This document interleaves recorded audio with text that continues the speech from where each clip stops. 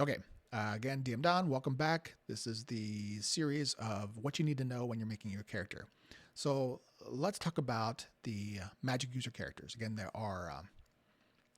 there's 6 magic user characters, which primarily include the magician, and there's the alchemist, animist, druid, magician, priest, and seer.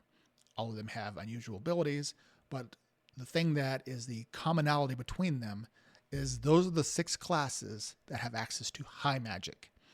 So the difference between high magic and low magic is high magic is learned in spell lists. So whenever a magic user puts a rank into spellcraft, they can choose to learn a bunch of low magic spells. So let's just say you're a magician and you have a 16 intelligence, right? So you got a +4 bonus. +3 bonus. So you put a rank into your spellcraft. You can say, well, do I want to get 3 low magic spells that I can use right now, or do I want to get a spell list?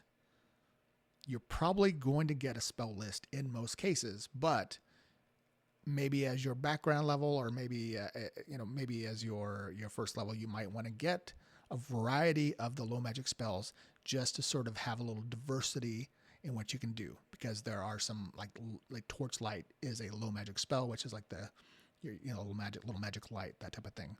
So there's a lot of very useful low magic spells that you might want to have in your arsenal. Now, I'm not going to bring up the whole list. There are a little over 100 spell lists currently, and then this is one of those things that over time more will probably be added to the game, maybe supplements, or maybe I'll just keep updating them online. So when you learn a spell list, each spell list has 5 spells, levels 1 through 5, and the level of spell that you are able to cast is based upon the magic user's F attribute. So if you're playing a magician, the magician their F attribute is force, and that actually is the most powerful F attribute of the 6 magic user classes, because it's the only one that enhances individual spells when you cast them. So I do want to just kind of make this. I want to point this out: is the magicians have the least number of innate class abilities, because they're the ones most focused on enhancing the power and potency of the spells they cast.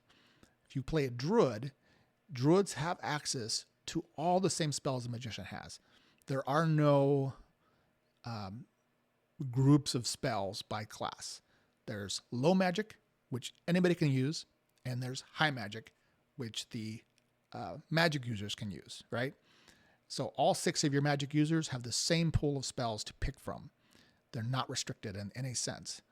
But you'll see that many of the spells in the high magic section will say, if there's a damage range, they'll say plus force.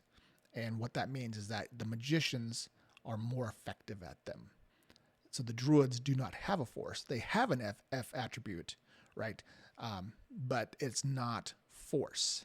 Like priests have faith, for example. And the druids have ferocity. So like druids, they get shape changing. So like this is an innate, really cool power that allows them to take on beast forms. So the druids get this really cool power straight out of the gate. So they're just not quite as good at the damage dealing spells as the magicians are. Doesn't mean they don't learn them, right? They're still going to have the same spells. So that is just one of those things that is important to understand when you're looking at the different magic user classes. I think the magic users personally are super cool. So let me real quick finish covering though the spell lists, because there's 1 through 5. So at first level, right, you're going to have an F of 1, which means you are limited to casting first level spells on your list. So at 5th level, theoretically, right, you're going to get to your F of 2, and then you can cast your 2nd level spells. So since let's just say you're focusing on learning your spell lists, so like at first level, right, your magician, let's just say you got your 1 background rank that you learned like 3 low level or folk magic spells, and you learn 5 spell lists.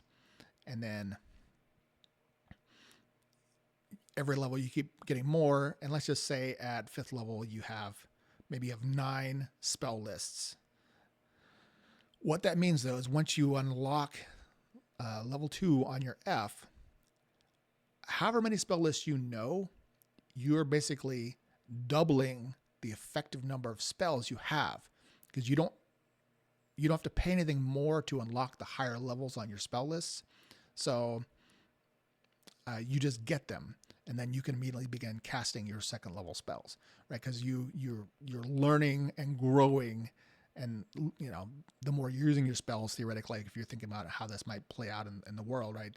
The more you're using it, you're leveling up and getting more potent in the spells that which unlocks these higher level abilities.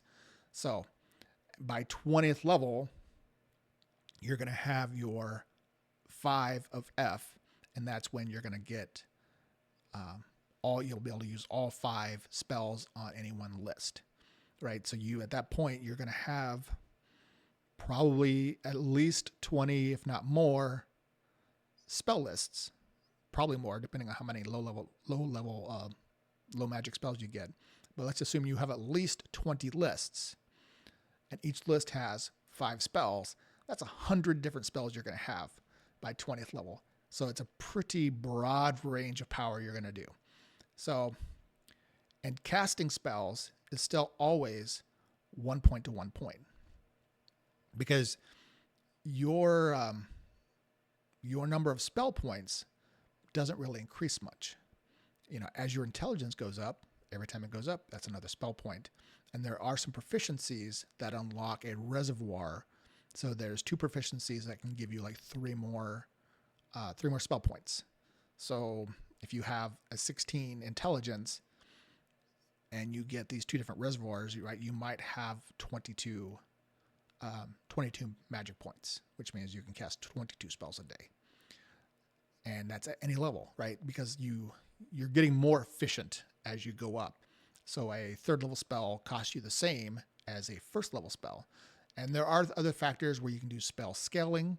So once you get a 3F, that 1st level spell doesn't become obsolete, because almost all the spells have a scaling option to increase the potency of them. So you can automatically, at the same cost, be like, oh, well, now my 1st level spell also is more powerful because I can scale it up to the 3rd level, and you can do more damage. You can choose how you scale them. Maybe some of them scale out to get a bigger area or more damage or more targets. So you also have to look at, casting your spells, how they improve over time. So magic users definitely have a pretty diverse and expansive range of powers. But again, you're still going to be locked down, right? There's still only so much you can do. And we saw this at our table just recently, where you can blast through your spells pretty quickly because there are no free spells. So people come in from, 5th edition, right? Where you can I can cast cantrips forever. You don't have that. So yeah, you can cast your firebolt at one spell per point, but if you only have a 16 intelligence, that's 16 spells. So it's a lot of fun to use it up in a blast, but that's all you get in a day, right? So there's no recuperating it. So you do still have to be judicious in using your spells. It's still way better than looking back at early editions of D&D, where it's like, well, I can cast sleep twice a day and then you're done, and you can I borrow a crossbow? So the game is built in such a way where your spellcasters should not have to leverage non-spell casting, as attacks, right? You should still be able to use your spells throughout the day and not feel constrained, but it is still a resource that you have to manage. So that's just part of it. This game is very much all about managing your resources. So that's going to be spells. You can look through the spell lists, look at the low magic, look at the high magic. I mean, when you're talking about building your character, yeah, sure, it's overwhelming. It's a lot to read through. It's like, what do I want to be good at? Do I want to be good at like blasting things or manipulating things, battlefield control? There's a lot. It's a lot of things out there. And it's also kind of fun to look at, like, well, this can do this at first level, but assuming that we keep playing, what do the higher levels do? What's this going to unlock? So things to think about. That's all I'm going to talk about on Magic, and then I think I'll hit equipment, and then that might be all you need to know to get started on making your character.